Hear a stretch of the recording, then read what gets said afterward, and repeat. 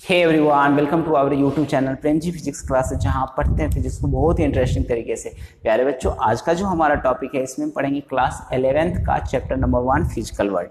ये chapter exam point of view से उतना ज़्यादा इंपॉर्टेंट नहीं है, लेकिन यदि आप फिजिक्स का इंटरेस्ट डेवलप करना चाहते हैं, कहते हैं ना फिजिक्स की आग लगानी है आपके अंदर, तो ये चैप्टर बहुत ही इंपॉर्टेंट है। ओके, ये चैप्टर करेगा क्या, आपको पूरा ओवरऑल फिजिक्स का आइडिया देगा। ओके, तो फिजिकल वर्ल्ड में आप ये पढ़ेंगे कि साइंस किसे कहते हैं, फिजिक्स क्या होता है, फिजिक्स का स्कोप क्या है, फिजिक्स के मतलब टेक्नोलॉजी को कैसे इम्पैक्ट कर रहा है और टेक्नोलॉजी सोसाइटी को कैसे प्रभावित कर रहा है। ठीक है, क्या केवल 4 तरह के ही फोर्स होते हैं, या फिजिक्स में जितने लॉज हैं उनकी नेचर क्या होती है, उसकी प्रकृति क्या होती है, इन सब चीज़ों के बारे में पढ़ेंगे। ओके, तो ये सबसे पहले हम स्टार्ट करते हैं साइंस से। देखिए, साइंस जो है ना ग्रीक वर्ड से बना हुआ है, जिसका नाम है, ग्रीक वर्ड है, इसका नाम क्या होता है, सॉरी, ग्रीक वर्ड जिसका नाम है साइंसिया। ये एक वर्ड है, वैसे वर्ब है साइंसिया, और इसका मतलब होता है टू नो, किसी चीज को जानना। ठीक है, और संस्कृत में यही वर्ड जो बना हुआ है, संस्कृत में, तो संस्कृत शास्त्र से बना हुआ है। शास्त्र का मतलब होता है ऑर्गेनाइज्ड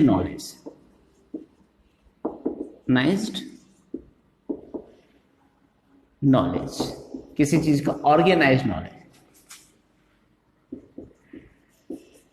ठीक है, ये हो जाएगा। और यही है सेम, ये अरेबिक वर्ड से बना हुआ है, और अरेबिक वर्ड जो होता है ना, इसको कहते हैं इल्म। और ये इल्म जो होता है ये भी क्या है, organised.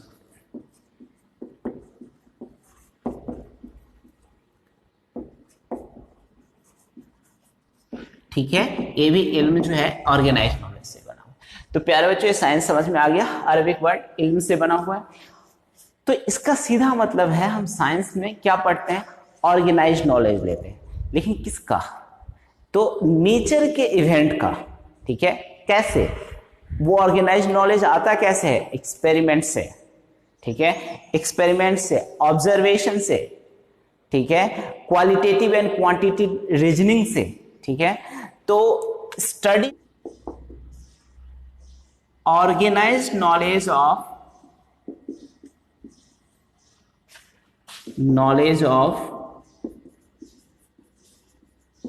Natural phenomena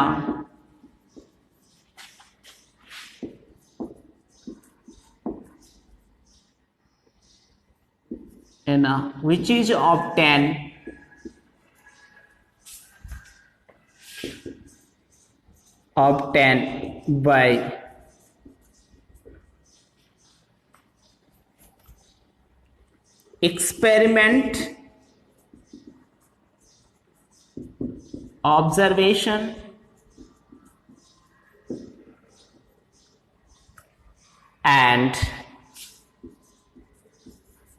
experiment, observation, and qualitative और क्वांटिटेटिव रीजनिंग।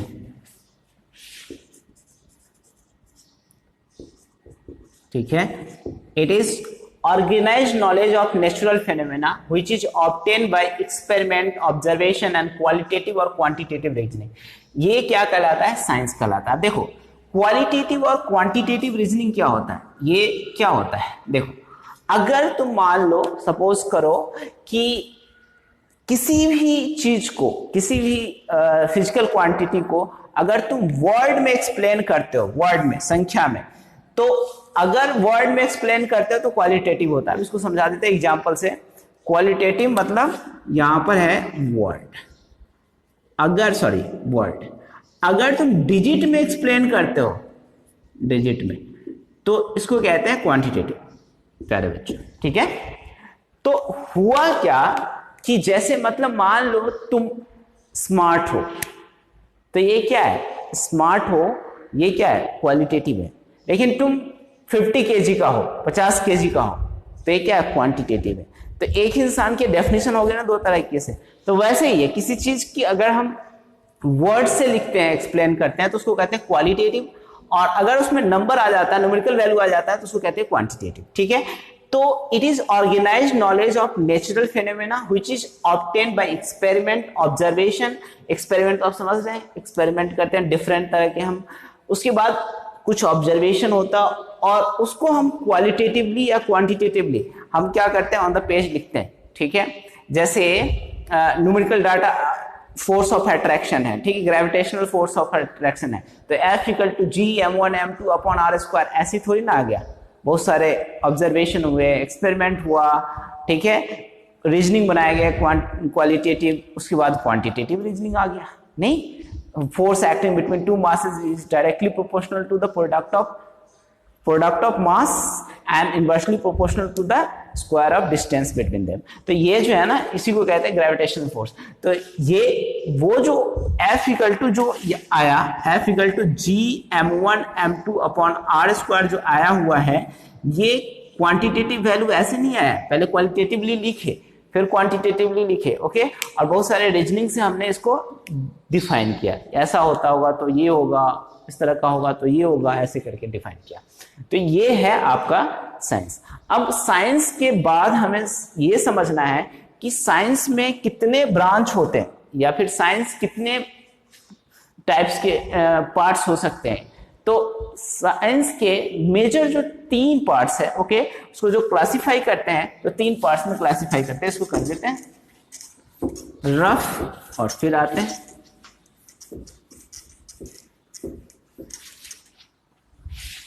देखो, ये जो है ना, यहां पर लिखो साइंस के, साइंस, ठीक है। तो साइंस ना अगर क्लासिफाई करोगे तो यहां पर है, पहला जो है वो क्या है, बायोलॉजी। पहले बायोलॉजी लो, ठीक है। उसके बाद आता है केमिस्ट्री,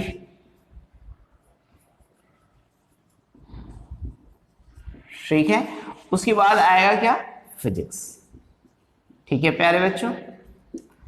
तो बायोलॉजी, केमिस्ट्री एंड फिजिक्स। अब देखो इसमें होता क्या है, सबसे पहले इस वाले में हर एक में हम पढ़ते हैं, क्या क्या पढ़ते हैं इसमें। तो बायोलॉजी में हम क्या पढ़ते हैं, जो भी लिविंग थिंग्स होता है उसके बारे में पढ़ते हैं, ठीक है। Study of living things, living things के बारे में अगर कुछ भी पढ़ें, लिविंग थिंग्स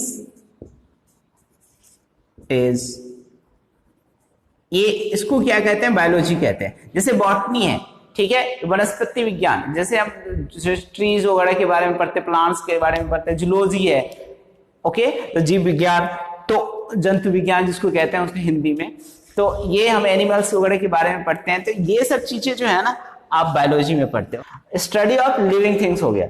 अब इसमें क्या पढ़ते हैं आप, केमिस्ट्री में, केमिस्ट्री में आप पढ़ते हैं study of structure of different non living things, structure non living things के बारे में पढ़ते हैं आप, ठीक है।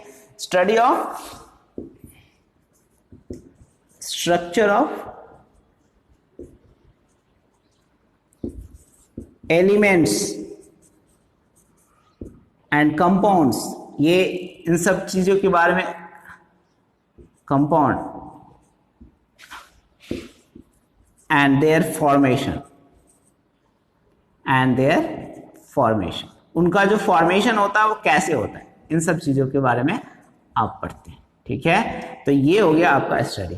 अब देखिए फिजिक्स क्या होता है, ये जानना बहुत जरूरी है। देखो फिजिक्स एक वर्ड आया, ग्रीक वर्ड से आया हुआ है, जिसका मतलब, इसी का तो पोस्टमार्टम करना है अपन।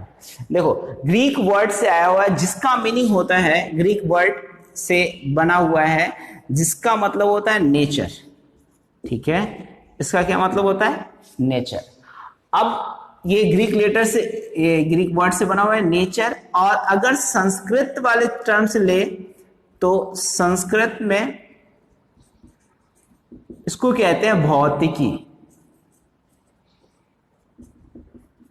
भौतिकी, इसका मतलब होता है, भौतिकी का मतलब होता है बी, यहां क्या होता है नेचर। तो मतलब कहने का, कहीं भी आप स्टडी क्या करेंगे, नेचर के लॉज को और उसका प्रैक्टिकल लाइफ में एप्लीकेशन, ये करता है फिजिक्स। ठीक है, स्टडी ऑफ, देखो it is study of laws of nature, of nature and their application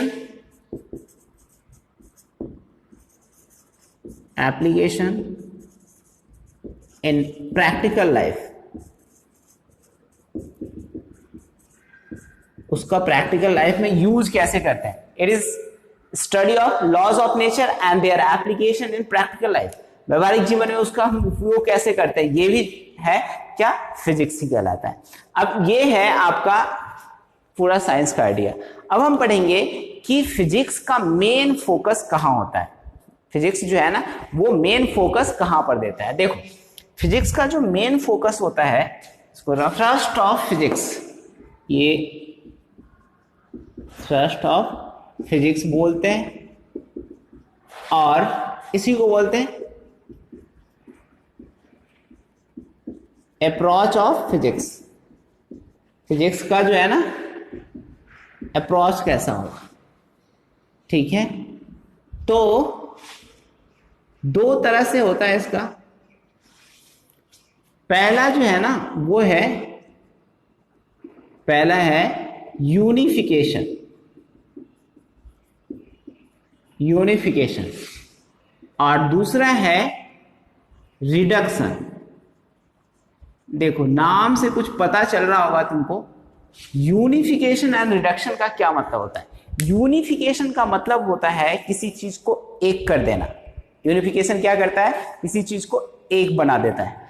तो ये क्या कहता है कि अगर आप बहुत सारे लॉज को, मतलब सॉरी, बहुत सारे इवेंट को पढ़े, नेचर के बहुत सारे घटनाओं को देखे, तो आप सिंपल एक लॉज से उसको एक्सप्लेन कर सकते हैं।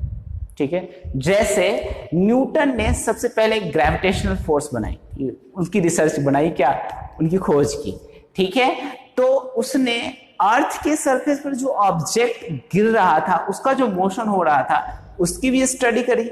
और जो सेलेस्टियल ऑब्जेक्ट है, ठीक है, देखो अर्थ के सरफेस पर जो कोई मोशन होता है ना, उसकी जब हम स्टडी करते हैं तो उसको कहते हैं टेरेस्ट्रियल मोशन, या मतलब जमीन की सतह पर मोशन हो रहा है, टेरेस्ट्रियल स्टडी कर रहे हैं। ठीक है, और स्पेशियल जब कहते हैं उसको कहते हैं सेलेस्टियल, मतलब स्काई में जो चीजें हो रही है, जो घटनाएं घट रही है, उसकी भी स्टडी हम करते हैं किससे, मोशन, मतलब ग्रेविटेशनल लॉज से। ओके, लॉज ऑफ जो उनके मोशन के laws and gravitation law, universal law of gravitation से उनकी डिफरेंट की मोशन की स्टडी की जाती है। तो ये जो चीजें हुआ वो एक सिर्फ एक लॉ से, यूनिवर्सल लॉ ऑफ ग्रेविटेशन उन्होंने दिया, और उससे सारे चीज हमने स्टडी कर ली, सबकी मोशन की स्टडी कर ली, सब पर जितने फोर्स लग रहा है वो स्टडी कर ली। तो ये चीज एक क्लॉज से संभव हो पाया, जिसको कहते हैं यूनिफिकेशन। यूनिफिकेशन का सिंपल सा अगर तुम प्रैक्टिकल लाइफ में एग्जांपल समझना चाहते हो, तो जैसे तुमने क्लास में स्कूल में देखा होगा, जो कॉमर्स होता है, साइंस होता है, आर्ट्स होता है, तो इनके सबके क्या है, अपने ब्रांचेज, मतलब अपने सब्जेक्ट के अपने ग्रुप होते हैं। तो मान लो हमने असेंबली लगाई, उसमें हमने कॉमर्स के बच्चे को एक जगह खड़ा कर दिया, साइंस के बच्चे को एक जगह कर दिया, आर्ट्स के बच्चे को एक जगह कर दिया। तो मान लो एक पर्टिकुलर ब्रांच में या एक पर्टिकुलर सब्जेक्ट के कोई बच्चे जो हैं वो 100 है, तो 100 कहाँ इकट्ठा हो जाएंगे, एक ही जगह। सीधा कॉमर्स के बोलेंगे, सब बच्चे सुन रहे होंगे कॉमर्स के बारे में, ये बात हो रही है, उनकी नोटिस ये आई। ठीक है, साइंस के बारे में बात करें तो साइंस की ये नोटिस आई। तो इस तरह से हमने क्या करना है, क्लासीफाई करना है, मतलब उसको कैटेगराइज करना, इज यूनिफिकेशन। ठीक है, टू एक्सप्लेन, देखो इसका मतलब क्या होता है, यहां समझते हैं, टू एक्सप्लेन different laws या different event of nature by one law, एक लॉ से law is known as, by one law या single law बोल सकते हो, is known as यूनिफिकेशन। इसको क्या कहते हैं? यूनिफिकेशन। ठीक है, जैसे एग्जांपल के लिए वी कैन एक्सप्लेन, ऐसे लिख लो, we can explain motion of terrestrial, terrestrial मतलब अर्थ के सरफेस पर जो होता है, terrestrial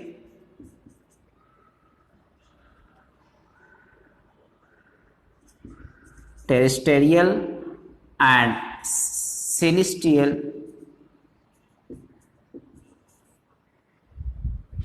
object by a single law, by a single law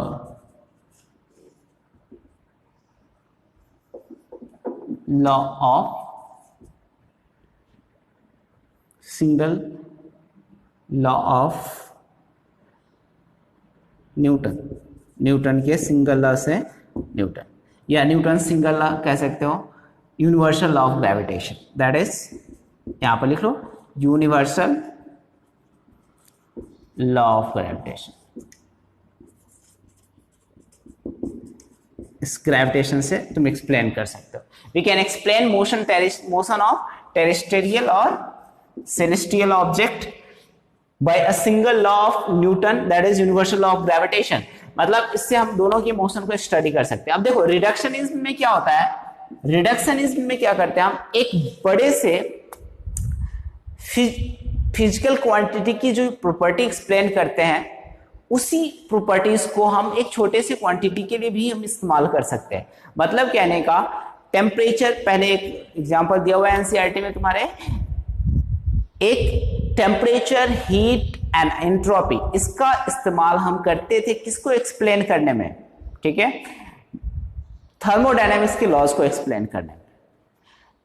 तो बाद में हुआ क्या, एक नया ब्रांच आया केटीजी, और उसमें उसी टेम्परेचर, हीट, एंट्रोपी का इस्तेमाल हमने क्या करी, मॉलिक्यूल्स या फिर कंपाउंड्स जो होते हैं, स्मॉल सब एटॉमिक पार्टिकल्स, उनके नेचर को स्टडी करने में भी हम उसका इस्तेमाल किए। जैसे इलेक्ट्रॉन्स की, सब एटॉमिक पार्टिकल्स जितने भी एटम्स की, तो काइनेटिक थ्योरी ऑफ गैसेस जो है ना, उसको हम उसका इस्तेमाल किए कि हम बड़े से बल्क मैटर के लिए भी वो वैलिड है, और स्मॉल मैटर जो है ना, माइक्रोस्कोपिक मटेरियल्स, उसके लिए वैलिड है। तो देखो, इट कैन एक्सप्लेन, इट मतलब ये देखो, एक्सप्लेनेशन या टू एक्सप्लेन ऐसे लिख लेते हैं, to explain properties of microscopic substance, properties of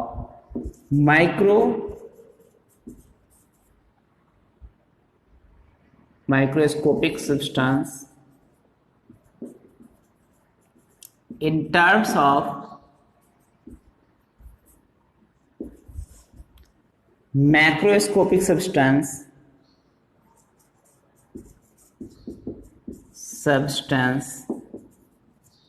is known as reductionism। इसको क्या कहते हैं बेटा, रिडक्शन कहते हैं। For example, thermodynamics, we study temperature पढ़ते हैं, हीट, एंट्रोपी एक्सेट्रा, ठीक है। फॉर बल्क मैटर, बल्क मतलब बड़े, ठीक है, बल्क मैटर के लिए हम पढ़ते हैं। तो छोटे मैटर के लिए भी हम सेम चीज, ये सारे चीज we can study same thing,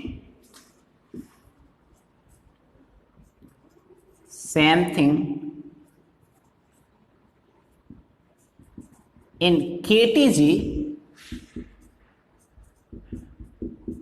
KTG for atoms, molecules, इन सब के बारे में हम पढ़ सकते हैं, स्मॉल पार्टिकल्स के बारे में। तो ये होता है रिडक्शनिज्म, मतलब बड़े से हम छोटे में भी आ सकते हैं। ओके, तो ये हो गया तुम्हारा यूनिफिकेशन एंड रिडक्शनिज्म। अब ये यूनिफिकेशन के जो है ना, कुछ एग्जांपल्स हमें पढ़ने हैं, तो हम पढ़ेंगे एक आर्टिकल्स लेकर के some important examples of unification. Okay, तो इसको प्यारे बच्चों, ये एग्जांपल्स है यूनिफिकेशन का, भी पढ़े थे ना यूनिफिकेशन। यूनिफिकेशन में आपने क्या पढ़ा था कि डिफरेंट चीजों को, इवेंट्स को, नेचर के डिफरेंट इवेंट्स को किसी एक लॉज में एक्सप्लेन करना यूनिफिकेशन कहलाता है।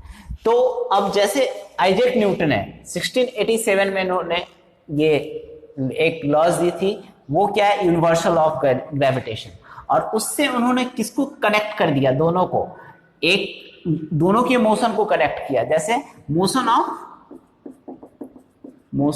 Terrestrial object, plus motion of celestial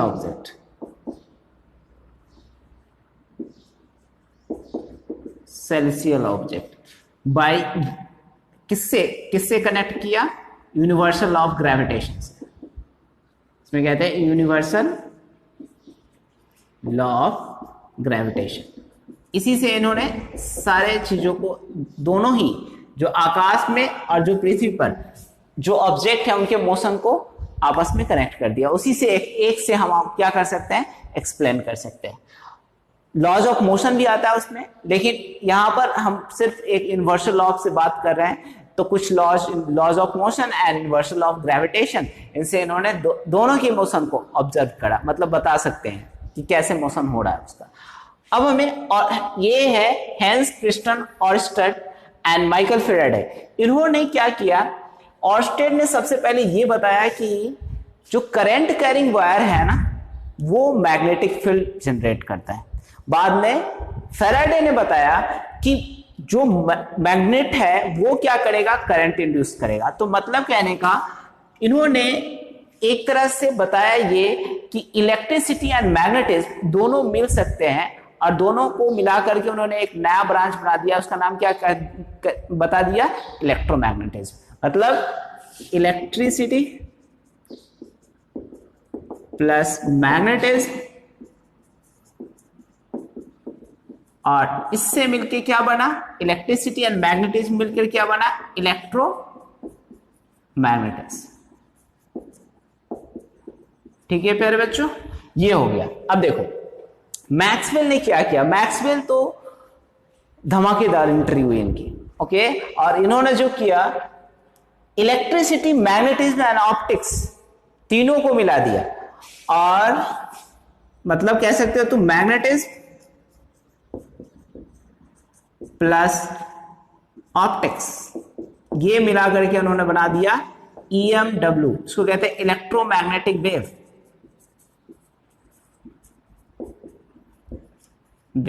ठीक है, ये है, इसको शॉर्ट में बोलते हैं EMW।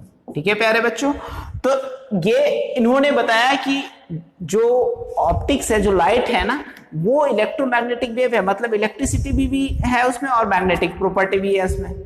ठीक है, तो इसको कहते हैं इलेक्ट्रोमैग्नेटिक वेव। ओके, अब हमें अगर फिजिक्स के लैंग्वेज में थोड़ा सा तुम पढ़ोगे 12th क्लास में ये सब चीजें, तो वैसे 12th क्लास की मैग्नेटिज्म में तो तुम देखोगे कि इलेक्ट्रिसिटी का मतलब इलेक्ट्रोस्टैटिक्स, जिसमें चार्ज रेस्ट में होता है, मोशन में रहता है, तो एक लॉज है, चार्ज रेस्ट में रहता है तो एक लॉज है, मोशन में तो एक लॉज है, उसको एम्पियर्स लॉ बोलते हैं, रेस्ट में रहता है तो गॉस लॉ बोलते हैं। एंड उसके बाद मैग्नेटिक प्रॉपर्टी से ईएमएफ जब जनरेट करते हैं तो उसको फैराडे का लॉ है, और उसके बाद क्या है, एम्पियर्स करेक्शन है।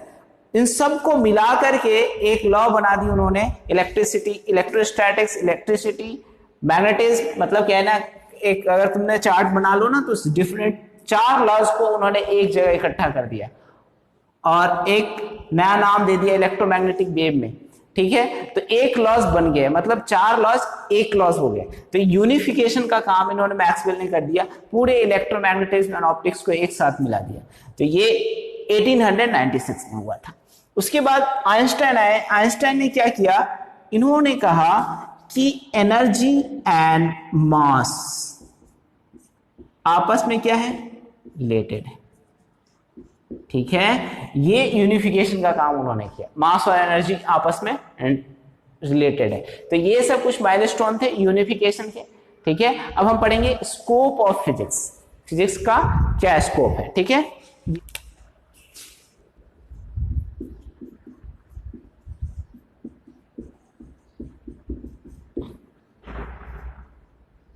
स्कोप ऑफ फिजिक्स दो तरह से एक्सप्लेन हो सकता है स्कोप ऑफ फिजिक्स। ठीक है, एक तो क्वालिटेटिवली, फिर से मैं वही वर्ड याद रखना है आपको, क्वालिटेटिवली एंड क्वांटिटेटिवली, और दूसरा माइक्रोस्कोपिक एंड मैक्रोस्कोपिक।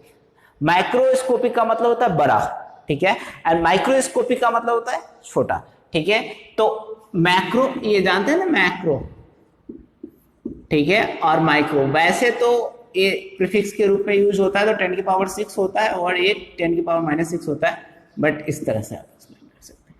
तो ये जो है ना, यहां पर हमें क्या करना है, पहले क्वालिटेटिव करना है, क्वालिटेटिव।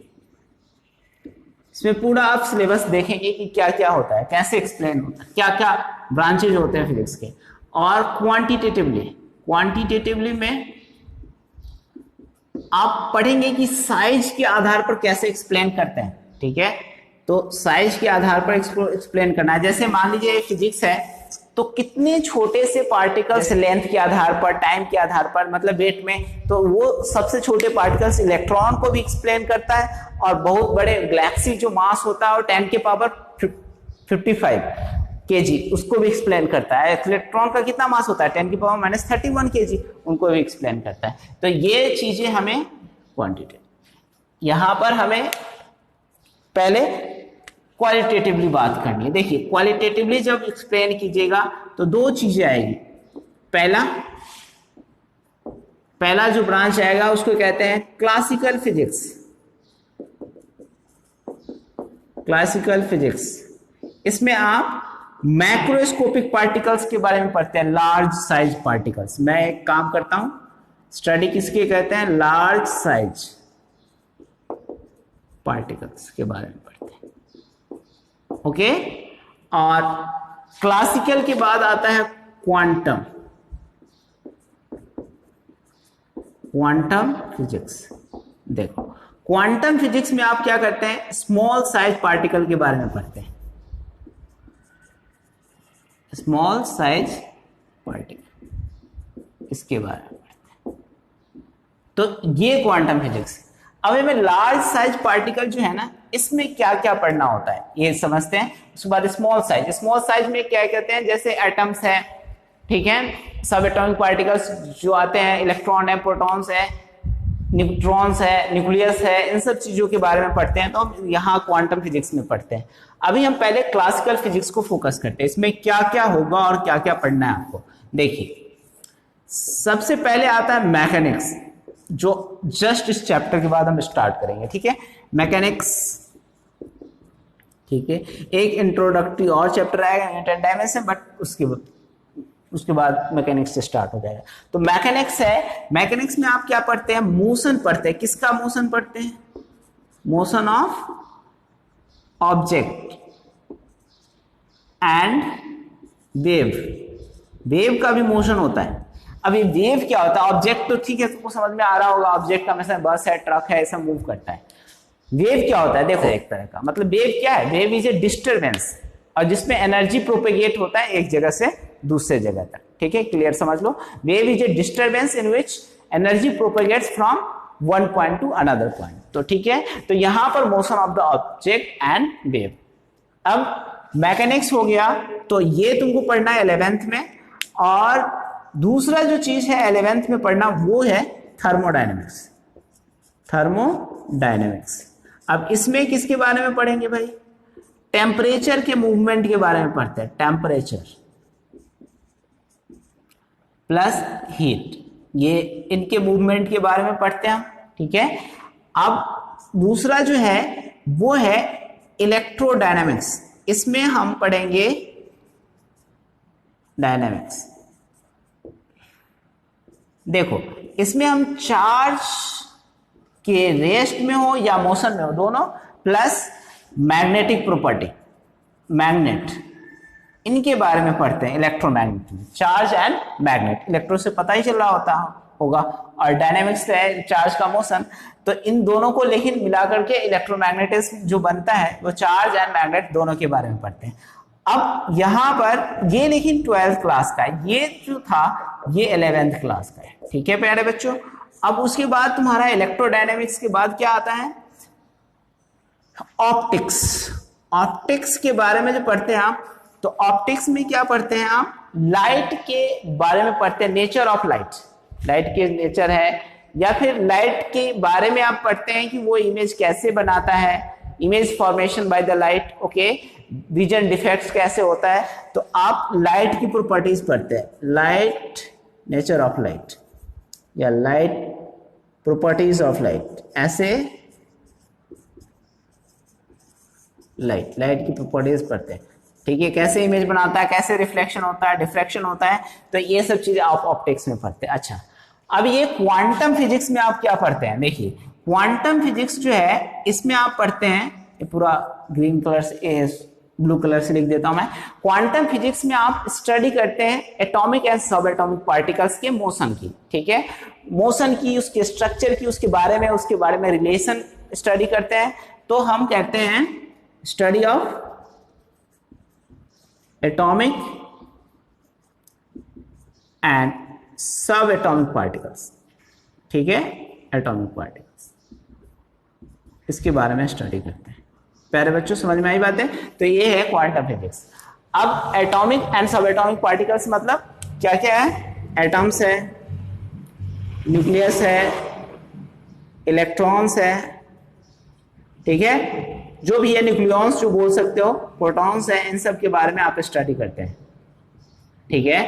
अब क्वांटिटेटिवली करना है, क्वांटिटेटिवली में मैंने थोड़ा सा बताया था, जैसे अगर मास के आधार पर तुमको बताना हो कि फिजिक्स कहां से कहां तक की स्टडी कर सकता है, तो मैं तुमको बता दूं 10 की पावर -31 kg से लेके 10 की पावर 55 kg तक की यह स्टडी कर सकता है।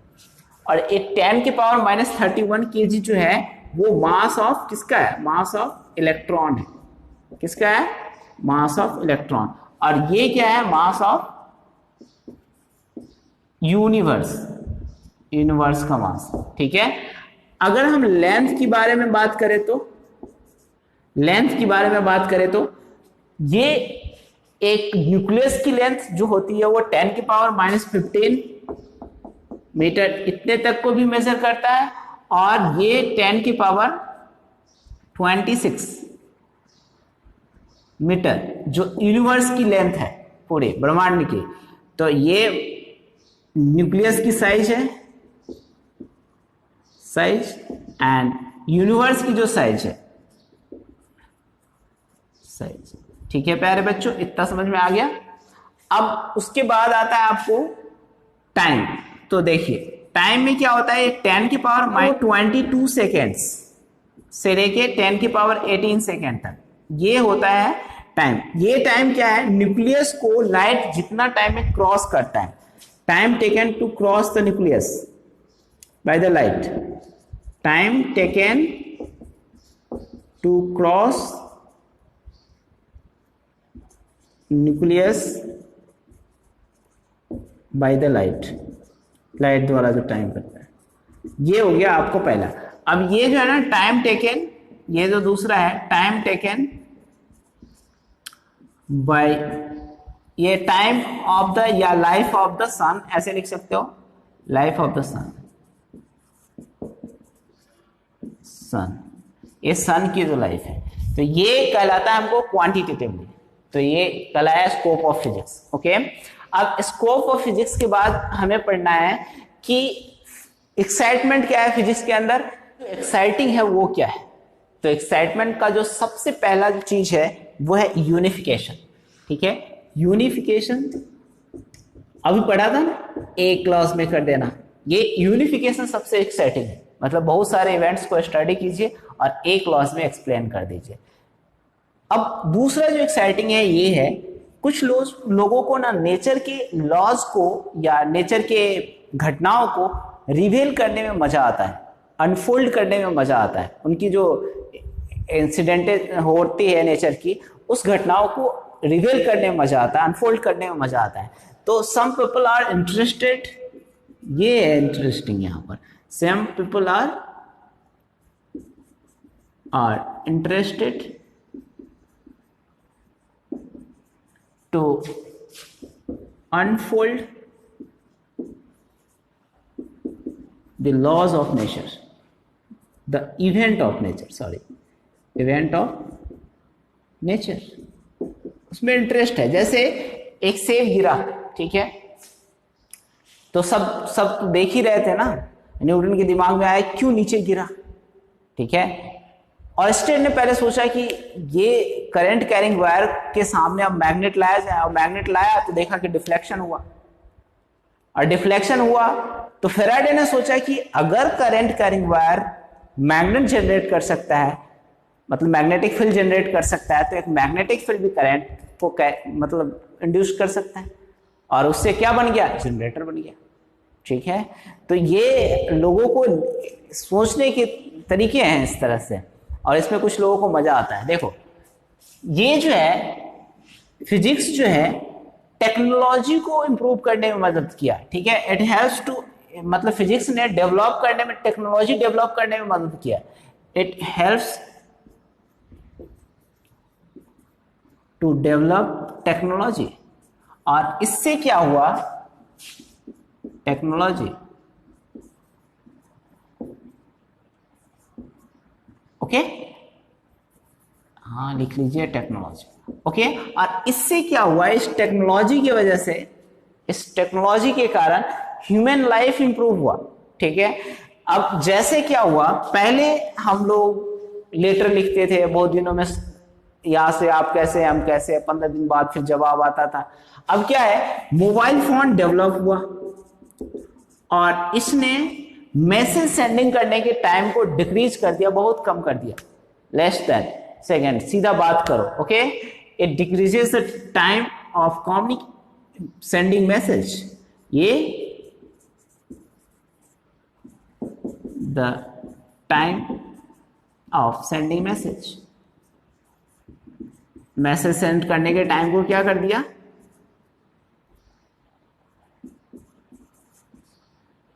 मैसेज, तो लिख लेना, ओके। अब ये मैसेज ये सेंड करने के टाइम को, ठीक है, कुछ वर्ड्स अपना मीनिंग लिख लेना, ठीक है। अब देखो मोबाइल के बाद अगर मान लो एक, पहले सबसे पहले क्या किया गया, सिलिकॉन की चिप की स्टडी की गई। देखो कैसे होता है यहाँ टेक्नोलॉजी, सिलिकॉन की चिप की स्टडी की गई और इससे बना दिया गया क्या, कंप्यूटर। इससे बना क्या, एलईडी टीवी, टेलीविजन, ठीक है, मतलब यहां से टेलीविजन, और बहुत सारे एलईडी, जैसे सेमीकंडक्टर डिवाइसेस बोल सकते हो तुम, कंडक्टर डिवाइसेस, ये सब बनाएंगे। प्यारे बच्चों, इस तरह से ये डेवलपमेंट टेक्नोलॉजी का हुआ, और इससे समाज को कितना इम्पैक्ट, मतलब प्रभावित हुए, समाज कितना डेवलप हुआ है तो समझ ही रहे हो, ठीक है। अब जैसे कंप्यूटर आया, लोगों ने जो काम, जो कैलकुलेशन कितने सालों में होता था, अब क्या हो जाता है, फ्यू मिनट में हो जाता है। टीवी से हम जितने भी कम्युनिकेशन के क्षेत्र में सबसे बड़ी क्रांति है, विजुअल देखते हैं हम, सारी चीजें, देखी हुई चीजें याद आती है। सेमीकंडक्टर डिवाइसेस है, वो हमारे जैसे ये एलईडी बल्ब है, वो पहले इसकी इफिशिएंसी ज्यादा होती है उसके रिस्पेक्ट में, और वो पहले से एनर्जी भी लेता है, ठीक है, पहले से कम एनर्जी भी लेता है, ओके। तो ये सिलिकॉन चिप है इस तरह से। तो एक्साइटमेंट ऑफ फिजिक्स तो यही है। अब फिजिक्स का दूसरे सब्जेक्ट के साथ रिलेशन क्या है, ठीक है, relation of physics with other subject, okay. देखिए कहते हैं कि mathematics is the language of physics. अब इसको थोड़ा रफ कर देता हूं, और फिजिक्स विद अदर सब्जेक्ट, दूसरे सब्जेक्ट के साथ फिजिक्स का क्या संबंध है। ठीक है, तो देखिए सबसे पहला जो है ना चीज वो है कि मैथमेटिक्स के साथ इसका क्या संबंध है, पहले बताओ। मैथमेटिक्स के साथ, मैथमेटिक्स देखो, मैथमेटिक्स अगर नहीं होता ना तो फिजिक्स पढ़ना बिल्कुल ही असंभव था। तो हम कहते हैं कि mathematics is the language of physics. Okay, mathematics क्या है, फिजिक्स की ना भाषा है। यहां पर लिख सकते हो तुम, mathematics is the language of physics.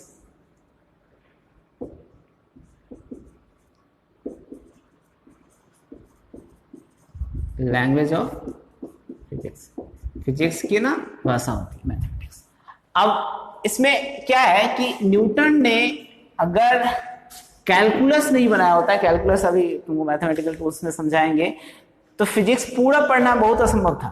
ठीक है, तो इसने मैथमेटिक्स के बिना फिजिक्स पढ़ना ही असंभव है। तो लैंग्वेज है जी, क्योंकि अगर किसी को भाषा ही नहीं आएगा तो क्या सब्जेक्ट पढ़ेगा उसका। ठीक है, उसके बाद है ये एस सी वर्मा का है पॉइंट लिखा हुआ, mathematics is the language of physics. तो इसमें और सेम चीज वही है भी कि अगर मैथमेटिक्स नहीं आया ना तो फिजिक्स पढ़ना तो बहुत मुश्किल है। अब उसके बाद है बायोलॉजी। देखो बायोलॉजी के साथ क्या संबंध है, बायोलॉजी में तुमने देखा होगा सेल की स्टडी करते हैं, तो हमने माइक्रोस्कोप बना के दिया, मतलब फिजिक्स वाले ने पीई माइक्रोस्कोप बनाया और इससे स्टडी किसकी हुई, सेल की। फिजिक्स वालों ने क्या बना के दिया, लेंस, और इससे क्या हुआ, विजन डिफेक्ट का करेक्शन, विजन डिफेक्ट। ऐसे बहुत सारे डिवाइस है जो कि बायोलॉजी के फिजिक्स के लॉ से बनते हैं। ठीक है, तो ये हो गया तुम्हारा मैथ। अब थर्ड पॉइंट है केमिस्ट्री। प्यारे बच्चों, केमिस्ट्री क्या होता है, देखो केमिस्ट्री क्या है कि केमिस्ट्री में आप क्या पढ़ते हैं, एटम्स, न्यूक्लियाई, तो ये सब के स्ट्रक्चर जो होता है उसकी स्टडी करने में, एक्सरेज, इन सब के बारे में पढ़ने में कौन मदद करता है, फिजिक्स। तो फिजिक्स क्या करता है, एक फिजिक्स हेल्प्स टू स्टडी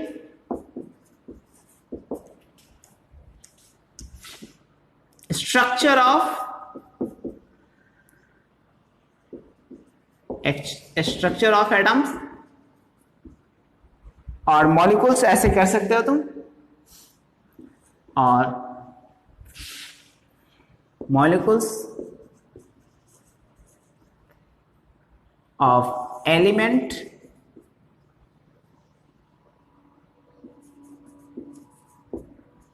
और कंपाउंड लिख लो। ठीक है, अब इसके स्ट्रक्चर में मदद करता है, जिसके आधार पर हम क्या करते हैं, उसको पीरियोडिक टेबल में रख देते हैं और उससे हमें पता चलता है इसकी वैलेंसी कितनी है, या कंपाउंड है तो वो किस तरह का नेचर बिहेवियर शो करेगा।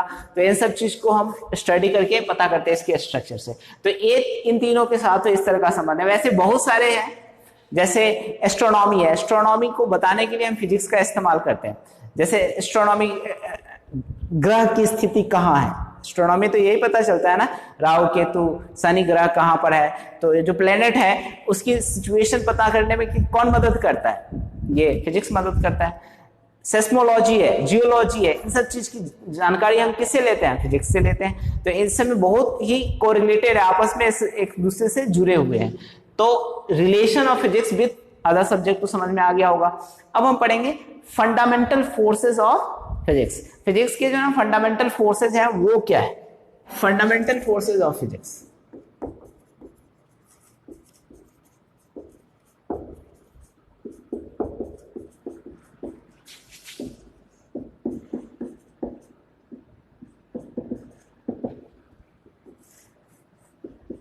फंडामेंटल फोर्सेस ऑफ फिजिक्स, देखिए 4 तरह के फंडामेंटल फोर्सेस होते हैं फिजिक्स में। 4 तरह के फंडामेंटल फोर्सेस होते हैं। कौन कौन से हैं? पहला जो फंडामेंटल फोर्स है वो कौन सा है?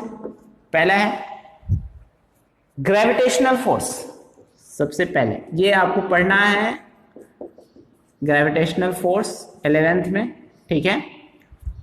उसके बाद जो है ना दूसरा है, सबकी प्रॉपर्टी भी लिखनी है तो थोड़ा सा स्पेस बना के रखते हैं। उसके बाद आपको दूसरा है फोर्स, इलेक्ट्रोमैग्नेटिक फोर्स,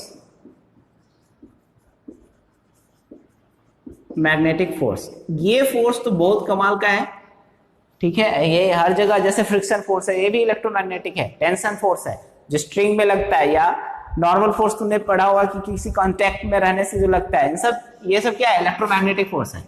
उसके बाद जो है ना थर्ड नंबर जो है, ये तो सेकेंड है, थर्ड नंबर पॉइंट जो है वो क्या है, strong nuclear force, nuclear force, ठीक है। और उसके बाद नीचे है fourth number, weak nuclear force. ये क्या है, strong nuclear force and weak nuclear force. अब इनको हमको क्या करना है, एक्सप्लेन करना है, इनकी प्रॉपर्टी क्या होती है, ठीक है। देखो पहले तो जानेंगे लगता किसके किनके बीच है, ये तो जान ले, ठीक है। तो पहला जो पॉइंट है ये है कि ये लगता किनके किनके बीच है। पहला देखो, दो मास के बीच लगता है, और इस फोर्स की वैल्यू जो होती है वो कितनी होती है, F equal to G m1m2 upon r²। इसकी वैल्यू जानता होगा, कितना होगा, 6.67 इंटू 10 की पावर -11 न्यूटन मीटर स्क्वायर पर kg², ठीक है बेटा। तो ये हो गया पहला फोर्स। अब देखो इस फोर्स में ये कितने दूर तक लग सकता है, तो this is long range force, long range force है, ठीक है। और it is very weak force, weak force है, वेरी वीक। ये जो है ना वीक न्यूक्लियर फोर्स उससे भी वीक है, वीक न्यूक्लियर फोर्स। इसकी प्रकृति कैसी होती है, देखो कंजर्वेटिव नेचर का होता है। कंजर्वेटिव का मतलब क्या होता है, कंजर्वेटिव, देखो कंजर्वेटिव का मतलब होता है कि अगर मान लो तुमने किसी ऑब्जेक्ट को, ठीक है, उस फोर्स के थ्रू ऐसे लेके यहां तक ले गए तब भी, और सीधा स्ट्रेट लेके जाते तब भी, वर्क डन जो है ना इन दोनों केस में सेम हो, मतलब पाथ पर डिपेंड नहीं करता हो वर्क डन। तुमने थोड़ा सा 9th में पढ़ा होगा, वर्क डन जो है ना वो पाथ से इंडिपेंडेंट है। तो पाथ से इंडिपेंडेंट सिचुएशन जब है तो उसको कहते हैं कंजर्वेटिव, ओके। और ये जो फोर्स है, ये फोर्स जो है ना ये कैसा लगता है, अट्रैक्टिव, अट्रैक्टिव है, ठीक है। इलेक्ट्रोमैग्नेटिक, अब चलो ये देखते हैं इसमें। इलेक्ट्रोमैग्नेटिक फोर्स में क्या होता है, दो चार्जेस के बीच लगता है, K Q1 Q2 upon r²। K यहां पर प्रोपोर्शनलिटी कांस्टेंट है, इसकी कुछ वैल्यू होती है, ये मैं लिख देता हूं इसको, वैसे तो अभी जानने के लिए लिख लो। इसकी वैल्यू होती है 9 इंटू 10 की पावर 9, ठीक है, न्यूटन मीटर स्क्वायर पर कूलम्ब स्क्वायर। बट ये वैल्यू जो है ना तुम पढ़ोगे 12th में, ओके। उसके बाद ये भी लॉन्ग रेंज फोर्स है, ये भी लगता जो है ना लॉन्ग रेंज फोर्स है, दूर तक ही लगता है, ओके। और उसके बाद ये जो है ना वेरी स्ट्रॉन्ग फोर्स है, स्ट्रॉन्ग फोर्स है, स्ट्रॉन्ग फोर्स, ठीक है। इससे ज्यादा स्ट्रॉन्ग न्यूक्लियर फोर्स से ज्यादा स्ट्रॉन्ग तो नहीं है, लेकिन स्ट्रॉन्ग है, ओके। अब ये भी कंजर्वेटिव नेचर का होता है, कंजर्वेटिव, ओके। उसके बाद ये फोर्स कैसा लग सकता है, अट्रैक्टिव भी लग सकता है और रिपल्सिव भी, अट्रैक्टिव भी होता है, रिपल्सिव भी हो सकता है, ठीक है। ये दोनों हो सकता है, इधर तो मत जाने दो, अट्रैक्टिव या रिपल्सिव, ठीक है प्यारे बच्चों, ये समझ में आ गया। अब हमें करना है क्या है, ये वाला चीज समझना है, कौन सा,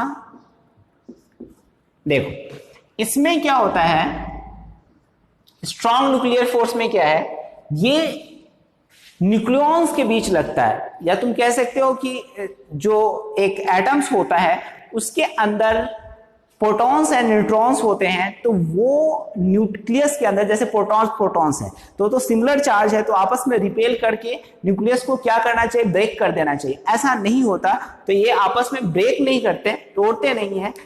प्रोटॉन्स में भी आपस में अट्रैक्शन का फोर्स ऐसे लगता रहता है न्यूक्लियस के साथ, तो पढ़ लोगे, युकावा प्रिंसिपल होता है, पायंस में बदलते रहते हैं और उसकी वजह से वो एक पॉजिटिव एंड नेगेटिव पायंस में, और उसकी वजह से एक अट्रैक्टिव फोर्स लगता है। तो ये जो है ना न्यूक्लियॉन्स के बीच लगता है। न्यूक्लियॉन्स कहते हैं किसको है, प्रोटॉन्स, न्यूट्रॉन्स, ये सब आपस में लगते हैं। उसके बाद जो है ना लॉन्ग रेंज फोर्स नहीं है ये क्या है, शॉर्ट रेंज फोर्स है। लगभग कितना दूर तक लगता है, 10⁻⁻15, ये जो है ना इस तरह के रेंज का है, ओके, मीटर तक, ये फर्मी में। अब स्ट्रॉन्ग फोर्स है, of course very strong force है, स्ट्रॉन्ग नहीं है, very strong. Conservative and no, non conservative. अब इसके बाद जो है ना अट्रैक्टिव है, रिपल्सिव है। देखो ये भी अट्रैक्टिव रिपल्सिव दोनों है, ठीक है। जैसे ये अट्रैक्टिव रिपल्सिव है ना, उसी तरह से अट्रैक्टिव रिपल्सिव दोनों है, अट्रैक्टिव भी है एंड रिपल्सिव भी है। देखो रिपल्सिव होने का कारण क्या है, जैसे अगर मान लो डिस्टेंस जो है ना 0.5 इंटू 10⁻⁻15 मीटर, इतना से कम होता है ना तो ये रिपेलिंग करने लग जाता है, और उससे ज्यादा जब होता है ये इसमें, इससे कम होगा तो रिपेल करेगा, और इससे ज्यादा होगा ना तो अट्रैक्ट करेगा, ठीक है, 0 इससे। तो ये दोनों ही नेचर बिहेव करता है। अब देखो वीक न्यूक्लियर फोर्स कैसा होता है।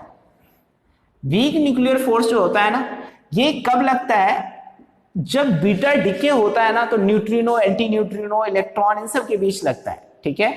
तो while during beta decay, during beta decay, एक एग्जांपल के लिए कह सकते हो न्यूट्रिनो, जो न्यूट्रिनो के बीच लगता है, जो कि क्या होता है, चार्जलेस मासलेस पार्टिकल है, चार्जलेस प्लस मासलेस, मतलब जिसमें चार्ज भी नहीं होता, मास भी नहीं होता, इस तरह का पार्टिकल, ओके। अब ये क्या है, ये भी शॉर्ट रेंज फोर्स ही है, रेंज फोर्स ही है। इसका भी लगभग लिमिट इतना ही होता है, -10⁻15 मीटर, इसी के आसपास, ओके। वेरी स्ट्रॉन्ग नहीं है, वेरी वीक है, वीक है लेकिन ग्रेविटेशनल से नहीं, वीक फोर्स, ओके, ये वीक है। उसके बाद है दूसरा नंबर है, इसमें देखो ये भी नॉन कंजर्वेटिव नेचर का होता है, कंजर्वेटिव नेचर का होता है, और इसमें भी इस तरह के फोर्सेस है कि वैसे तो कहते हैं कि नाइदर अट्रैक्टिव नॉर रिपल्सिव, बहुत वीक है, बहुत कम लगता है, लेकिन ऑफ कोर्स ये फोर्स लगेगा इसी तरह से, अट्रैक्टिव एंड, थोड़ा सा पढ़ लोगे तुम हायर क्लासेस में, बट हम यहां लिख देते हैं अट्रैक्टिव और रिपल्सिव दोनों, ठीक है। तो इसमें वैसे नेट से सर्च करोगे ना तो वैसे मिलेगा नाइदर अट्रैक्टिव नॉर रिपल्सिव, उसके कारण होते हैं बहुत सारे, लेकिन वो अभी उतना डीप में तुम जा नहीं सकते अभी इस लेवल में, तो ऐसे लिख लो, ठीक है। तो ये है वीक न्यूक्लियर फोर्स, इतना समझ में आ गया। फंडामेंटल फोर्सेस, तो फंडामेंटल फोर्सेस क्लियर है। अब हमें क्या करना है, next nature of laws of physics, laws of physics को समझना है, ठीक है। तो लॉज ऑफ फिजिक्स क्या है, प्यारे बच्चों, अभी जो 4 फोर्स हमने पढ़ा है, ये जो 4 फोर्स पढ़ा था, इस 4 फोर्स के अगर हम क्वालिटेटिवली कंपेयर करें तो फोर्स ड्यू टू, अगर मान लीजिए ये ग्रेविटेशनल फोर्स को रिप्रेजेंट कर रहा है, अगर ये वीक फोर्स को रिप्रेजेंट कर रहा है, और ये फोर्स जो है ना ये इलेक्ट्रोमैग्नेटिक फोर्स को रिप्रेजेंट कर रहा है, और एफ अगर मान लीजिए ये इलेक्ट्रोमैग्नेटिक के बाद स्ट्रॉन्ग न्यूक्लियर फोर्स को रिप्रेजेंट कर रहा है, तो इसका जो रेशियो होगा ना वो 1:10 के पावर कितना होगा, ये जो होगा वीक फोर्स का होगा 25, उसके बाद 8, सॉरी 36 एंड 10⁻38। ये होगा आपका कंपैरिजन। अगर आप करें कंपैरिजन तो ये वीक एंड स्ट्रॉन्ग सारे चारों फोर्स का कंपेयर करें ना, तो ये आप नोट देके लिख सकते हैं कि इस तरह की वैल्यू आती है इसकी कंपैरिजन करके। ठीक है, ये हो गया आपका कंपैरिजन। ओके, अब हम पढ़ेंगे नेचर जो है फिजिक्स के लॉज का नेचर। ठीक है, जो लॉज है फिजिक्स के उसका नेचर क्या होता है, nature of laws of physics, physics के लॉज का नेचर। ठीक है, देखो इसका जो नेचर होता है ना, पहला दो तरह के नेचर होते हैं। जो भी फिजिक्स के लॉज है वो हर जगह वैलिड होंगे, ये जरूरी है, वैलिड होने चाहिए। ठीक है, it is valid everywhere, valid everywhere, हर जगह वैलिड होगा। ठीक है, नहीं तो वो लॉज ही नहीं कहलाएगा। जैसे ओम्स लॉ बना दिया, वैलिड ही नहीं, बाद में क्या कहलाया, ओम्स लॉ नहीं है, स्टेटमेंट है। अब जैसे ये वैलिड एवरीवेयर। ओके, उसके बाद जो है ना दूसरा जो है पॉइंट इसका, it follows conservation law, conservation law ये फॉलो करता है किसको, कंजर्वेशन लॉ को। तो कंजर्वेशन लॉ ऑफ तुम लिख सकते हो, इसके अंदर जो आता है वो क्या आता है, conservation law of mass. It follows, ऐसे करो, इट ऐसे लिख लो, वैसे तो तुम समझदार हो, कंजर्वेशन लॉ। अब conservation of mass, law of conservation of मास पढ़ा होगा तूने, लॉ ऑफ, इसके आगे ही लिख देता हूं मैं, यहां पर लिख देता हूं, law of conservation of mass, mass ये पढ़ा होगा। एनर्जी पढ़ी होगी तूने, energy. Okay, conservation of energy पढ़ा होगा, लॉ ऑफ। ओके, उसके बाद क्या पढ़ते हैं अपन, जो इस पर्टिकुलर तुम्हारे 11th में linear momentum, linear momentum, angular momentum. ठीक है, ये थोड़ा सा दिखाई नहीं देगा इधर, तो एंगुलर मोमेंटम, मोमेंटम। ठीक है, और इसी को आगे फर्दर करोगे तो क्या होगा, ये चार्ज, चार्ज को भी करता है। मतलब ये it follows follow laws of conservation, conservation law follows conservation law, law of conservation of mass, energy, linear momentum, angular momentum and charge. ये चार्ज आपको वैसे 12th में पढ़ना है, बट ये बाकी सारे कंजर्वेशन लॉ जो है ना इसमें पढ़ना है। अब देखो एक ना तुम्हारे अंदर डाउट आया होगा कि वैलिड एवरीवेयर, ठीक है, तो ठीक है ये तो बात है, लेकिन कंजर्वेशन लॉ जो है यूनिवर्सल लॉ ऑफ ग्रेविटेशन है, तो उसमें जो फोर्स आता है वो कंजर्वेशन लॉ को तो फॉलो करता ही है ना, कंजर्वेटिव फोर्स कहलाता है। लेकिन अब कंजर्वेशन का मतलब क्या होता है ये समझ लो, कांस्टेंट होना, किसी फिजिकल क्वांटिटी का क्या होगा, कांस्टेंट होना ही क्या कहलाता है, कंजर्वेशन। ओके प्यारे बच्चों, ये हो गया। आज ये फर्स्ट चैप्टर है प्लीज, फिर नेक्स्ट चैप्टर से इसको पढ़ेंगे अच्छे से। ये तो